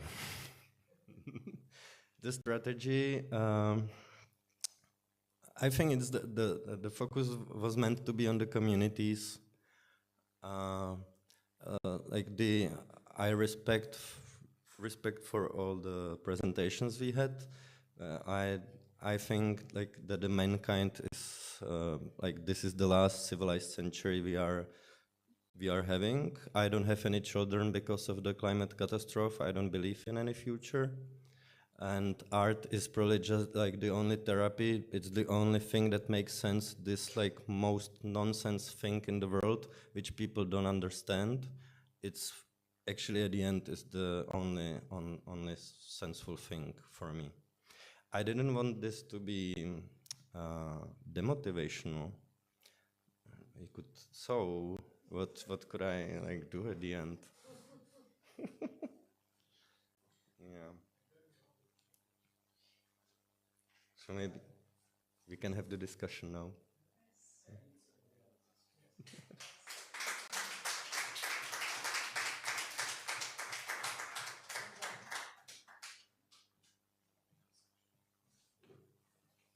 like to thank all the speakers for their wonderful presentations and meaningful. So I would like to have the speakers sit here at the table so we can ask some questions.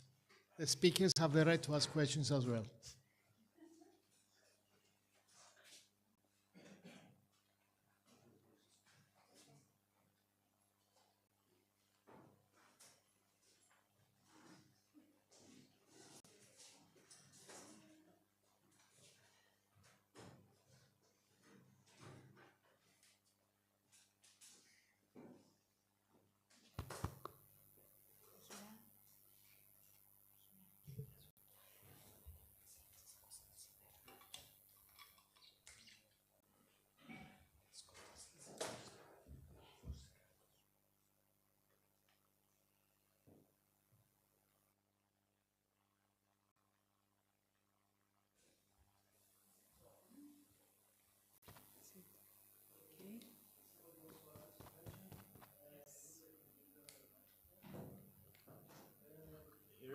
Not a question, really. Maybe a realization. Maybe later tonight I will commit suicide after the last lecture, but For good reason. It's just that it's a realization that the first two lectures are working for the same goal, I guess, but slightly contradictory for me, in the sense that the word crisis, trying to tell it smiling, it's difficult to smile. It causes me anxiety, the word crisis. So trying to be happy is difficult by having in my mind the word crisis. So I don't know. I'm trying to find the balance between projection. I think Mirsini covered it a little bit with her way of presenting the videos. I'm trying to find the balance of what crisis means, living with the word crisis and working for the crisis, but being happy at the same time. Just realize, I'm not asking anything. I'm just saying. I don't know if it makes sense. Yeah. Can I use this microphone? Yes. Yeah. I have stopped using the word crisis. I use the term chaos now. My work involves very big international corporations where we try to do effective ESG instead of greenwashing, let's say effective sustainability. I worked very hard for many years to save the world through Greenpeace, Amnesty International, Earth First, which was an anarchist organization, and that was a complete failure. And we are, until 2019, things were going quite well on planet Earth. It's worth reading Martin Lindstrom's book, Factfulness, that describes how humanity had made huge leaps forward in many, many parameters. We have improved in so many aspects of our existence of planet Earth, like children mortality, democracy, limiting nuclear weapons, tackling HIV. We had made huge steps until 2019, according to Professor Martin Lindstrom. And that all collapsed with the pandemic and Trump era, and Trump is in our hearts and realities, and it's not a physical person, it's a phenomena, an international phenomena all over. So about 4 or 5 years ago, I declared my life a failure. I do sustainability since I was 17 non-stop, and I turned my attention in the individual.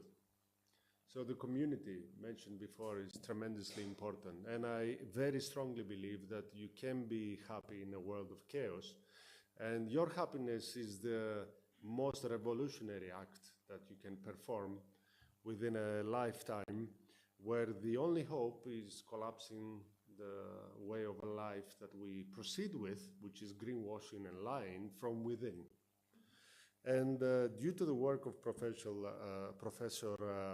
Martin Lindstrom, I strongly believe that this is a phenomenon we are going through, resistance, This will last for a long time, probably within the frame of my lifetime, but I disagree with you, and I really enjoyed your amazing work and presentation.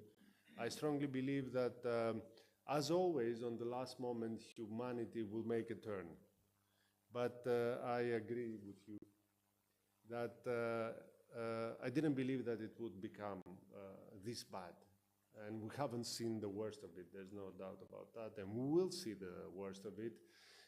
We see the worst of it in politics, even of small, non-important countries like Greece, where our politicians either support polarity into the extreme, about 20% of Greek political parties, or feel more free to engage into more aggressive beliefs, and I'm talking about the Greek government at the moment.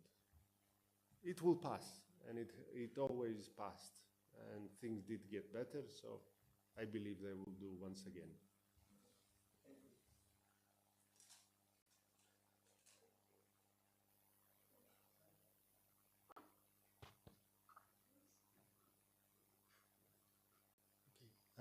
I want to ask a question, Mr. Dr. Fitit. I see your amazing work that is addressed to the kids, that they are the future, and of course, maybe at younger age, maybe they can create some new habits that could maintain some of them in their adulthood. But I think there is a catastrophe in the house. I feel that the parents, they over support the kids in everything, so they know that, and plus the behavior of the parents are not compatible with what you teach them at school. So that means that when they don't see the example, all this energy and all this success and all these trophies you get might go down the drain. How do you plan to turn it a bit around and maybe force somehow adults to participate, not in a parents and kids together, but also to, I don't know, find another journey to have these experiences in real terms? Okay, first of all, I agree with you, Achilles. Actually, we are struggling to make the difference with the children. I mean, as every day we see the children and they lack experiences in nature. I mean, okay, I would like to add, I am happy because I work every day in the field outside in nature. So this is the time when I am feeling happy.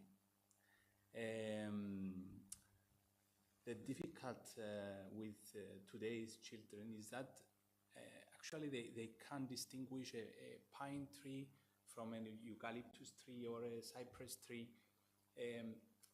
So yes, they can't have anything related with nature in their life. And I mean, this is, you know, it was very strange for me to come across these habits, but it's also very, very pity to see this behavior. Yeah, I mean, the change must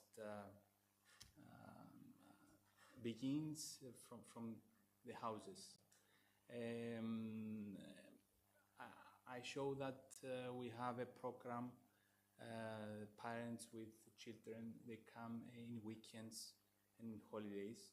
And I mean, okay, we do a lot of efforts. This is one of our efforts to bring together the parents and the children in nature and see the problems,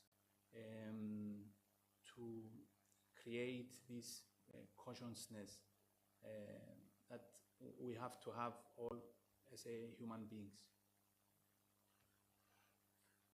Can I also comment on that?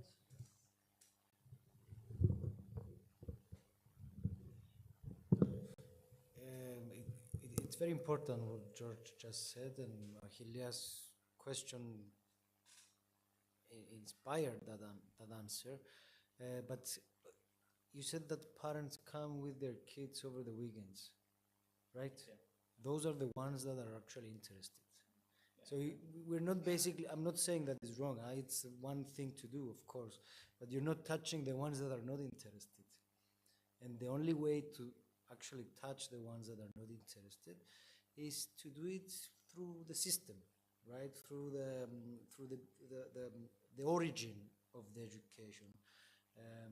And it takes time, of course. It takes time, and it takes a lot of convincing the policymakers, the people who write the books for schools. And that is the main problem, that they are not willing to change because they profit from all this crisis and catastrophe in reality, right? I'm not asking, I'm just, commenting.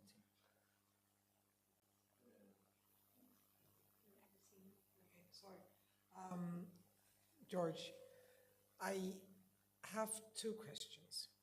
First one, I don't think it's only the children that we need to educate. It's also the older generation. My father is 87 years old, God bless him, and he recycles every single day. And he puts the things in the car and he drives to the recycle thing. And he started doing compost now. Why am I saying this? From him, my children are taught how to do it. So they're telling their friends. But what I'm seeing is that I've raised up to 14, they're 14, my twins now. Okay, I've never knew about your program. And now I'm sad because if we knew about it, more of their friends would come. So maybe you can find a way to get it into the schools so the information comes to us. I know it's in the schools, but you need to sort of fight a little bit more. Being honest. Because it's an amazing work you did. Well, we all have to fight, it's not just... Yes, yeah, I know. We all have to find a way. And the second question, sorry. I've seen green roofs, okay?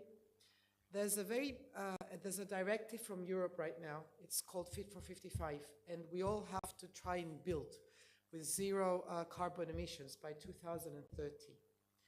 We have a problem in Cyprus to juggle. In Greece, they tried, and what they did was they're giving the actual developers or the house owners that they're building buildings, they give them one floor more so they can do a green terrace. But my problem was, do I have to put a green terrace or do I put photovoltaica? Because if I use it to have a green terrace, then I won't have energy.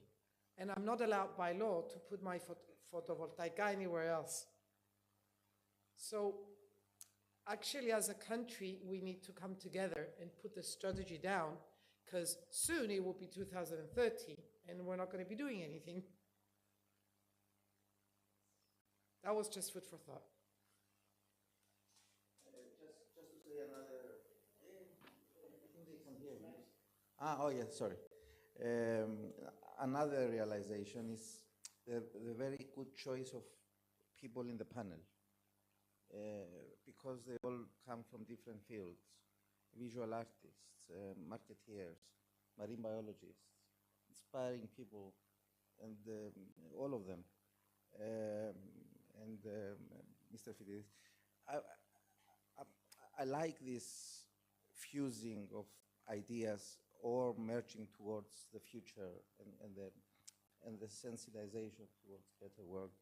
But unless the system goes into the specifics, for example, if the system starts to care about the Dr. Hadjianou's work on corals, this is what we need. Exactly. So unless the system goes deep into the visual arts and they start to realize that through abstraction, through a different geometry, we can create a better future, this planet has no hope. So I'm very happy about the panel and the way it all builds up into a good society system that cares about details. And I hope our system was like this, our general system that cares about the society in all geography was so well compositioned. This is just another realization. Sorry, I have no questions.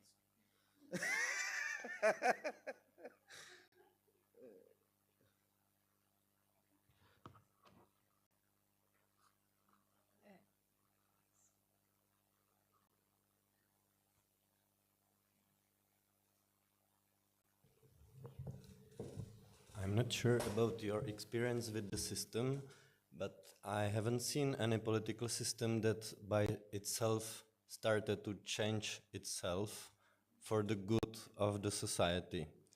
So that's the burnout effect you have seen here as a political artist, that like I'm suffering every 3 months, like I'm kind of totally burnout, then I do a bit more art, then I do a bit more activism, then I actually, right now I'm looking for a job in the forest because, as probably all of you, the only with nature is what makes me happy.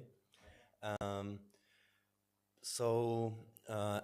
I'm not sure about your political system, but my political system is guarding the bad guys like 100%. So there is. It kind of seems like all the political systems do that. So like I'm not. I don't remember the numbers, but anytime you read the tables about how many carbon oxides, blah, blah, blah, are the top 1% people producing, and actually it's the same as the rest of the planet. It kind of feels like easy peasy, like maybe there is something wrong, and the system is guarding these people.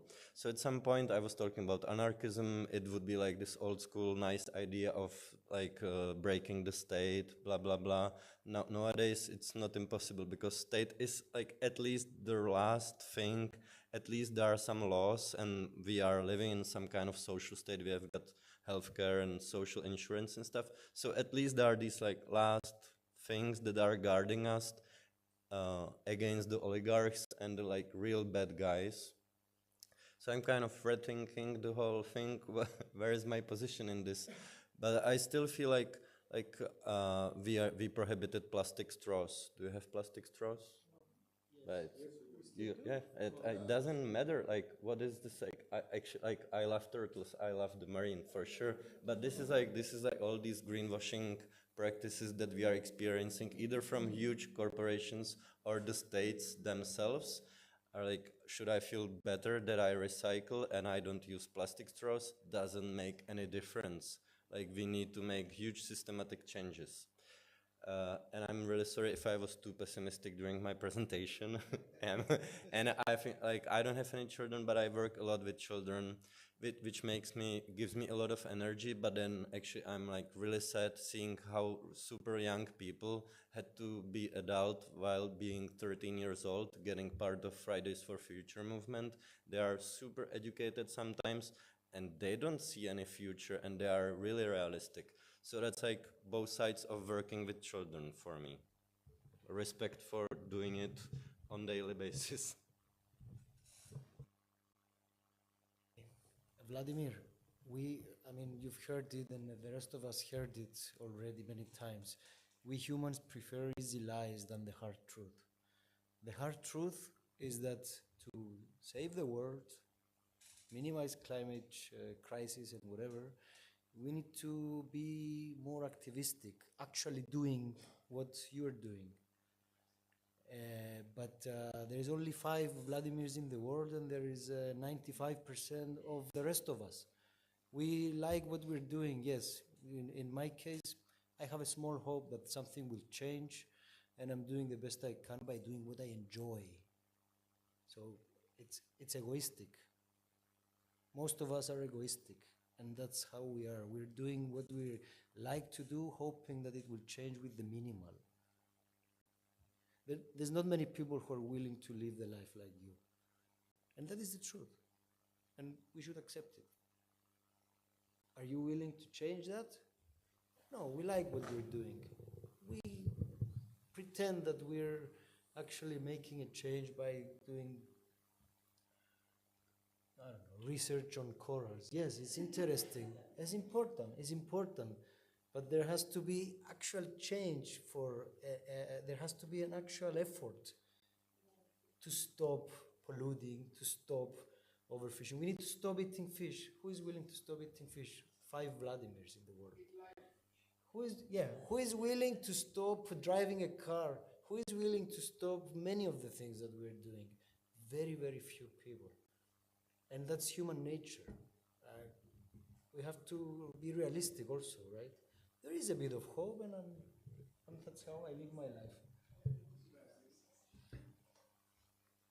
I love the fact that this is an opportunity to polarize, and that is your fault. So I disagree with both previous speakers, and I feel so good to say so. I do 100 presentations a year, and I've never given this opportunity. And I want to say that currently, more than 60%, about 63% of companies around the world greenwash, which means 37% of companies around the world do not greenwash. Currently, Trump was elected with 52%, which means that 48% of people didn't vote for Trump. And I can go on with data that indicate one thing, even though I fully agree with you in the fact that we are lazy and paranoid. I strongly believe that maybe we are on the verge of a change that we will never see.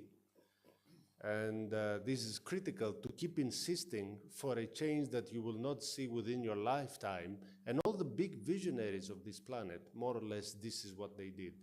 Like, I completely want to disagree with Vladimir about his straw. Before I do, and thank you very much for letting me do this, because it's very enjoyable, Vladimir. I want to say that us Greeks from the mainland, we are very clever people.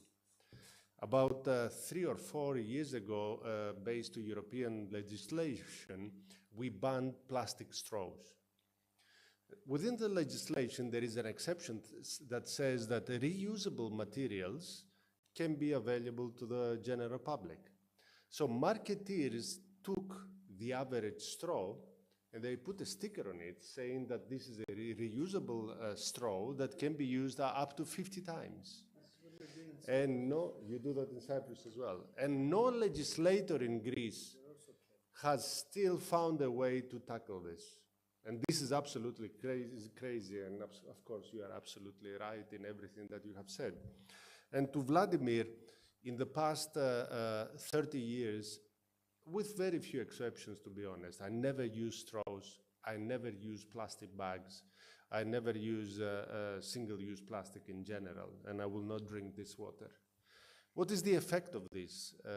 I have made a small study that I have not placed into nature, because only 11% of plastic, single-use plastic, is recycled.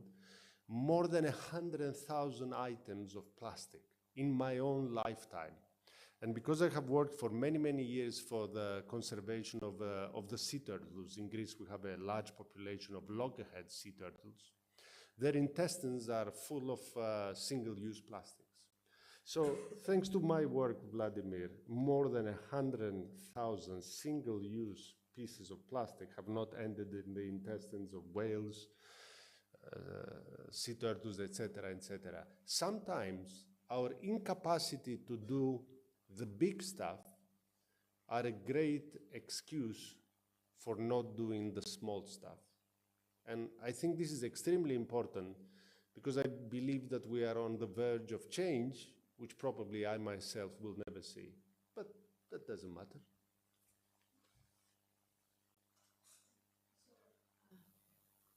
I don't want to be misunderstood.